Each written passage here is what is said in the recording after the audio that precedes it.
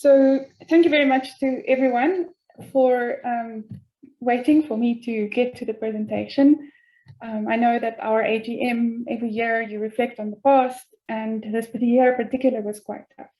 So without further ado, I'm going to start my story for today, which I hope you guys enjoy with me as much as I enjoyed preparing it. So there's no doubt that the year that we've been through, or the 18 months at least, has been really a dark time for many people. And while humankind in general is remarkably resilient, many people are still struggling through really the worst of times.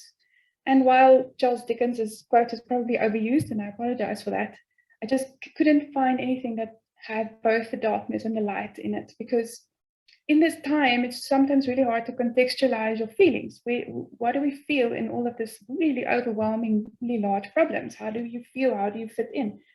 To me personally, you look at this, all the range of problems, social injustices to environmental calamities and poverty and unemployment and so forth. These are really stark realities that we deal with. So when I'm focusing today on history, I'd like to just contextualize it as underscoring that it's really about learning, and growth and learning. So, because if we want to change any of these mega-scale problems, it's only possible in the minds of people. And my favorite quote about that's often used in conservation is, "Never doubt that a small group of thoughtful, committed citizens can change the world. Indeed, it's the only thing that ever has." So as I attempt to help us venture forth and play our part as thoughtful, committed citizens to create a season of light and an age of wisdom, what can we learn from history? So a little preamble in terms of this is, for me personally, historical narratives and perspectives on metallurgical processes and how projects developed and how people solve problems really illuminated my thoughts. It's opened my mind to other ways of thinking, not the obvious ways of connecting the dots. So it's also historical metallurgical papers, and history is everything from yesterday backwards. A rich collection of case studies can be found. So if you can use these models and lessons and caveats to help you develop your thinking and your practice as a metallurgist or a mining engineer or geologist. So also, always to remember is that we are standing on the shoulders of people who lived just like us, complex lives. It's all relative. And then the final point, bringing all together, is that we live in this big data generation. Everything is just about big data, and it's becoming a fundamental way of us understanding the world around us. But I really like the idea or the definition of data sciences as a way of knowing. Because data is not necessarily knowledge, it doesn't necessarily lead to knowledge. And I think we all know you have to organize it or categorize it in some way to make it relevant, and then information that can then be used to enable knowledge, of which learning is the protagonist. So relevant knowledge for me connects things. So this is where I think the value of history lies, is helping us to connect dots, helping us understand what is important among a deluge of options in our big data.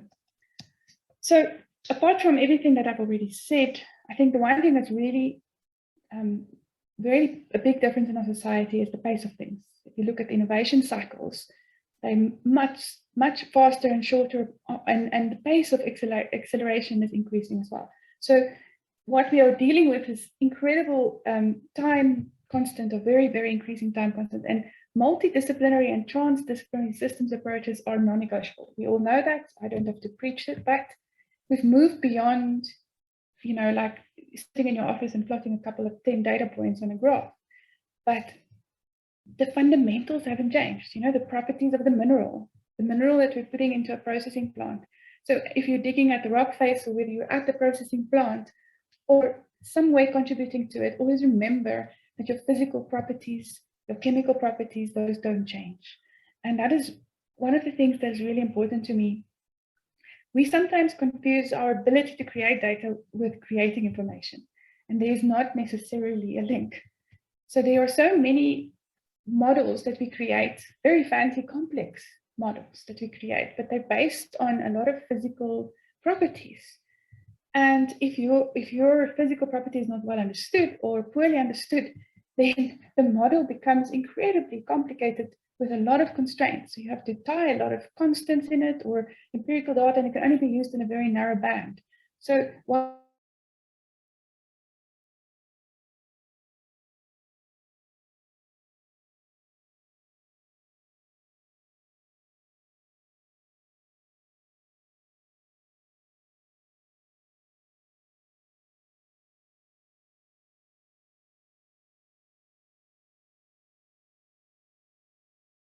and documents that we talk about, they were looking at their futures. So from my point of view, the SAIMM has 127 years of history. And I've looked at it, and we talk about one mine. Vaughan also referenced it. Just as an SAIMM member, you have access to one mine under your library, and you can search over 2 million pages, just mind-boggling, of publications. We have also the technical library, who stores a wealth of South African historical and mining and metallurgy history. And then the SAIMM journal. I mean, we underestimate the amazingness of our journal. If you go onto the journal site, you'll see there's an open access statement, which I really like, is that it's immediate open access to information, to the data that's published, to support a greater global exchange of knowledge. I think that's a beautiful sentiment. So in our role as exchanges of global information, the SAIMM is definitely contributing tremendously.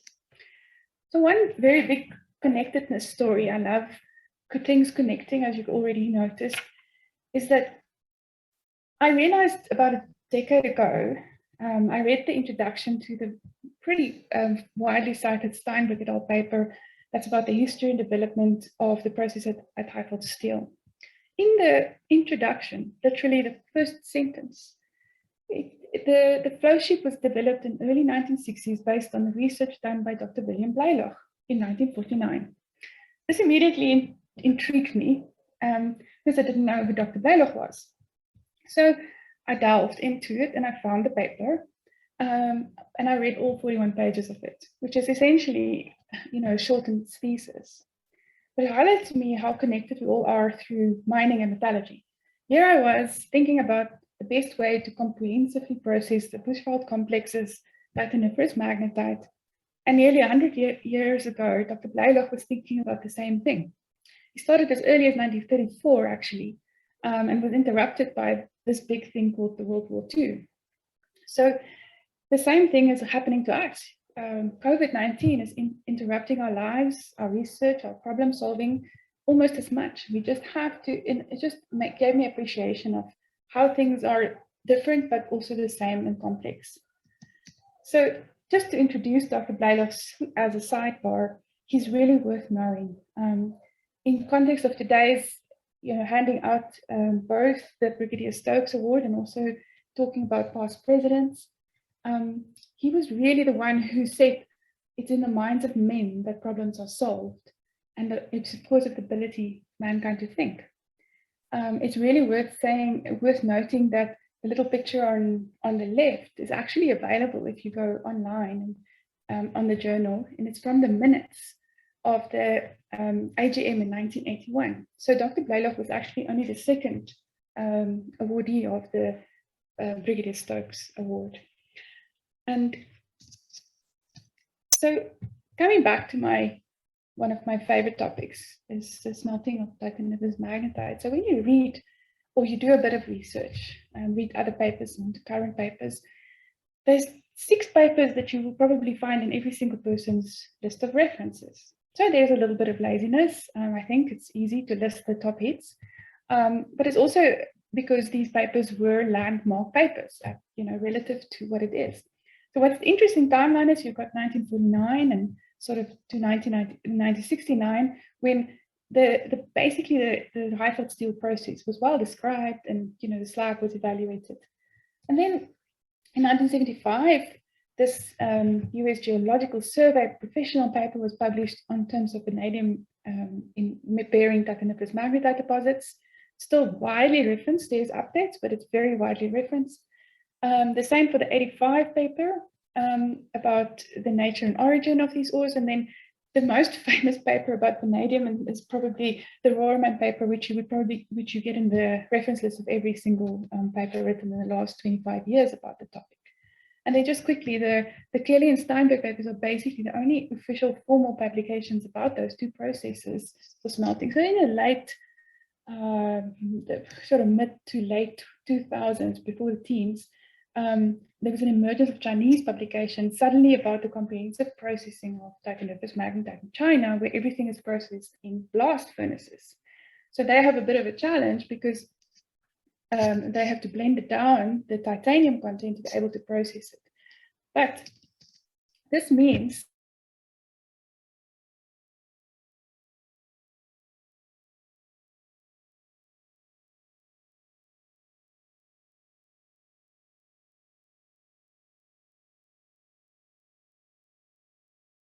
there's only two now that Eiffel Steel is no more with us, there was only two operations that smelted it as electric smelting. One was in South Africa, and the other one was in New Zealand, of course. So both operated with a fluxed bath, so the slag is diluted. So what you have in this complex system is titanium that stays in the slag, and selective reduction of carbon to give vanadium and iron to collect predominantly to the metal. Some vanadium stay behind, the recoveries are not as good as iron. So you have these opposing forces, and because of the way that the blast furnace, electric blast furnaces operate, huge dumps of environmentally unhealthy slag dumps are being created. Not just the famous one in South Africa, where Eiffel Steel was operating for almost 50 years, but in China and Russia, the same thing is found. Just to give you a kind of concept, the blast furnace slag dump in the late 2000s was about 70 million at one site, million tons, and was growing at a rate of 3 million tons. So all of this is all this connectedness that I'm talking about. So my next journey started with the unusual and impressive Lowveld ironmaking history. So I started off thinking about Dr. Blaylock and his journey, and then I stumbled across the fact that South Africa has a very unique ironmaking history in the Lowveld. Around Phalaborwa, there is a significant magnetite deposit, as most of you know, that is also high in titanium relative. This challenged the art of the bloomery furnace operators because titanium is viscous. So you can imagine a very short shaft, about a 1 meter, is a precursor to what really is a cold blast furnace and then currently a blast furnace. And for them to be able to make iron, firstly they had to add fluxes. So that's one of the things they introduced. So a little photograph here is of an actual archaeological finding near Phalaborwa from a photo by Killick. So nowhere on the record is there really a recorded use of magnetite to make iron apart from this example of the Lowveld. So these guys were pretty decent, and they realized that, first of all, most iron bloomery iron workers and bloomery furnaces used sort of the hydroxide iron minerals, which as you heat it up, starts decomposing. The chemical water is unbound and creates pores, which makes the reaction for the CO to access these little pores much easier. And then as a result, reduction is relatively fast. So in Lowveld, we don't have that luck. There's no weathered deposits. It's all mostly magnetite and massive magnetite. And the lumps of magnetite, comparatively to these lateritic or weathered ores, will all would reduce much slower for the same size of lump. So they, in the Lowveld, early minerals processing guys, they started grinding the magnetite. So you can actually, to this day, go around Phalaborwa sites. There's hundreds of them with these little grinding hollows. And if you take a magnetite, you can still recover little magnetite grains from these hollows. So everywhere else in the world, if magnetite was used, it was recovered from either riverbeds or the beaches. and that's what they call black sand. So again, the connectedness. And New Zealand Steel actually processes black sand from the beaches. So it's not ilmenite sand like we know here in South Africa, but it is a magnetite rich with some vanadium and titanium, a little bit lower, much lower than South Africa's Bushveld complex, but yet the same thing. So on the right, you can see pictures of the literally black sands. So ancient and modern metallurgy is thus not so different. So on the left, this is a micrograph of a slag sample that's basically 1,000 years old. And if you look at the slag sample, you'll see the areas indicated, the light gray is the matrix of low titanium magnetite, the exalted ulvaspinel, and the darker gray with the arrows, and then the white is the metallics, and then the black is cavities, as the CO2 gas couldn't escape from the sticky slag. So clearly a complex system because of the titanium in particular. And then I stumbled upon a paper in 2005, Manamela and Pistorius, who says, titled Ore Size Affect Direct Reduction of Titaniferous Magnetite, which we already know is true because the iron workers 1,000 years ago knew that too. So anyway, but fundamentally, the process was now better understood, and they described it beautifully, and you can see the similarity in the description in terms of the ulvaspinel that is exalted, and that unlike the lateritic hydroxide minerals, the reduction happens from the outside in. So it's a sort of shrinking core principle until you've got. The other interesting thing is always to remember is that it was really such a nice way to think about it. But if you have 6 moles of iron ore in the titaniferous magnetite, 4 moles you can metallize or make metallic iron in direct reduction of 4, and other 2 moles are basically stuck with the spinel. And it's really nice to see how this ties up, and you see exactly the same mechanism in the slag from the Blunary furnaces, which has also some form of direct reduction. So it's not so different. So the next case study is the Albemarle Iron Works. And you ask me why you've never heard of it, because actually they never made any usable iron. So they built a cold blast furnace in 1971, tried for a couple months to run it, and it failed. They never made a single ton of iron product. So very interesting. I stumbled across a thesis by Brothers, and he described in much detail the management problems. In those days, an iron works was usually owned by a couple investors, even the money men. Interestingly, in the Albemarle case, they were struggling so much that over a short period in 1771 and 1772, 3 of the 5 investors tried to run the plant. So management problems clearly also contributed, another lesson to be learned. In 1882, analysis of the Martin mine, where the ore for this plant came from, revealed a high titanium content.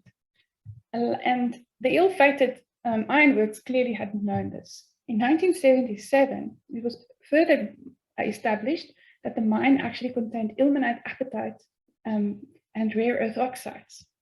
In 1999, there were slag samples recovered. So on the photograph, I love the description. It says, slag is described as presenting with mottled gray areas, glassy regions, and with large iron pearl visible to the naked eye. Clearly, that states the whole problem. So the title, carried on at very great expense and never produced a profit, is a very good quote from an affidavit about the management of the ironworks. So at the time, this quote I really thought echoed with me. In the 18th century, iron blast furnaces required enormous capital investment, both for construction and acquisition of land, required large crews of skilled and unskilled labor, and operated continuously for months at a time. They consumed tons of raw materials, which had to be delivered at a relatively tight schedule and produced tons of cast iron a day. So anybody in production will tell you that that's exactly still true. The interesting thing about this is that they really did some due diligence. On the surface, they spent 7 years to find the site. So they traveled widely. they selected, and it looked like they did a good job because they found a site near a river for their water wheels. It was a well-wooded area, so they could manage their charcoal. And in those days, those guys managed their woods like forestry today. They had 20 and 30-year long-term plats. And then, of course, they abundant iron ore, yet they never made any profit. So the 2001 review revealed principally the high titanium content of the feed material. So while they did everything right, the one main thing that they didn't look at was, is the slag suitable for the process we're going to use? Or is the ore suitable? So the other sad story is because of the appetite. So even if they had made deductions like our intrepid Lowveld iron makers, they would have still had too much phosphorus in their metal and it would have been brittle. So they wouldn't have been able to use it for cast iron like they had planned. So I hope the lessons are clear. Never ever assume your ore is suitable. So the other lesson that I really want to share today is that diversity is always best. Yes, I started off with saying we have this amazing record of metallurgical publications in the SAIMM and one mine and similar or like-minded institutes and journals. What I've learned on my journey, especially around titaniferous magnetite, is that there's non-traditional information that can really illuminate your thinking and your practice. For example, also don't discard the older stuff, like I said with the 1949 paper by Dr. Blaylock. But I found a 1913 publication from the Interior Bureau of Mines in the US, where the author Singewald describes in much detail the potential for electric smelting for titaniferous magnetite. And it was incredibly insightful for the time that it was written. And it actually really kicked off my journey. The next is to think about Faculty of Department of Anthropology, the Journal of Nuclear Instruments and Methods of Physics Research, the Journal of Archaeology, where I learned that archaeometallurgy is a real thing. And this all enhanced my story, my understanding of this incredibly. So the story of titaniferous magnetite reminds me of two quotes by Sir Francis Bacon. And I like the way that he sits in his statue thinking. So he that will not apply new remedies must expect new evils, for time is the greatest innovator. And nature to be commanded must be obeyed. And in the power of what we work in nature, it's always must be obeyed. So also the whole story actually is coming to the final end. I didn't want to keep us too long today. But I think if you take anything away from today, is that we don't see the things as they are, we see the things as we are. So it's really important to read through these papers, and it changes you. So I feel like reading these fantastic publications historically changed me and my perspective. So when you look at a tree or you look at a mineral, you look at a process, you look at a problem, your way of thinking about it can change. And history is a powerful tool for that. Then in this year, 2021, one of the people that I really admire unfortunately passed away. Professor Bob Scholes inspired me in so many ways through his presentations and the way that he spoke about it. So one of his quotes that I would like to read is, he said, "You ask me why it's important that we restore. The reason is simple. The world is now full. There is no excess space. We have to restore to get back to an ability to exist on the planet. You can't manage the world species by species. It can't be done because people have tried. You end up with irreconcilable trade-offs. So who said, for example, that the elephant is more important than the grass it eats? So if you stand back and say no, that they both interact within a complex ecosystem, it's the ecosystem we have to protect. And the global ecosystem contains people. So you have to treat this as a coupled social, ecological system. And I think that there is nothing more true than that coupled social, ecological system in the mining and metallurgy industry. So everything that we talk about, that we do, how you read, always keep that in mind. So in conclusion, and it's a long conclusion, so I apologize, I think history can change who we are. so that how we look at things. And that's why I thought about talking about this today, and as it's just an introduction. The history helps you to look at that engineering problem solving in the broader social environmental context. And I use Professor Bob Scholes as an example. He also inspiredly often said we must stop talking amongst ourselves. In the mining and metallurgy professionals, we engage so easily with each other because we understand our language. But it's much broader. That's society, to achieve a balance in society and in the environment, we need to talk broader. And I think that's one of the steps that we as a SAIMM is taking to bring different kind of skills into the institute, so we can talk less to ourselves. I think also probably tying a lot very strongly into where we are going with all our ESG initiatives is that we have to start learning to make ethical choices, because a lot of the choices have incredibly long-term outcomes. And then appreciate. There's so many things to appreciate, to be grateful for. We live in this era of incredible data science and data tools and masses of data. I think appreciate the people who thought about digitizing a lot of applications, even of the 70s and 80s, before this digital era where your paper gets published with a DOI number almost 3 days after it's loaded. Appreciate the idea of open access, where we share and create knowledge. And then finally, appreciate Google, because it wasn't this easy 20 years ago, trust me. And finally, I think give credit. Every time somebody has a great idea, give credit and build and improve on it. So if your eyes are opened, you'll see the things worth seeing, Rumi said. I say, if your mind is opened, you'll know the things worth knowing. So while we seek the highest standards for how we operate as mining and minerals professionals, we are most of the time just the 6 blind men experiencing the elephant. Progress comes from speaking to each other, networking, attending technical events, reading technical publications. And because you never know when you can meet the person who's touching the tusk, or the ear, or the trunk, the body, or the tail, keep it up and keep networking, because that's how you learn, and that's how you learn what the elephant really looks like. I thank you very much. I finally just would like to thank Carl, who's my rock. It's my privilege to share this planet with him. He always supports me and my dreams, no matter how radical or out there they are.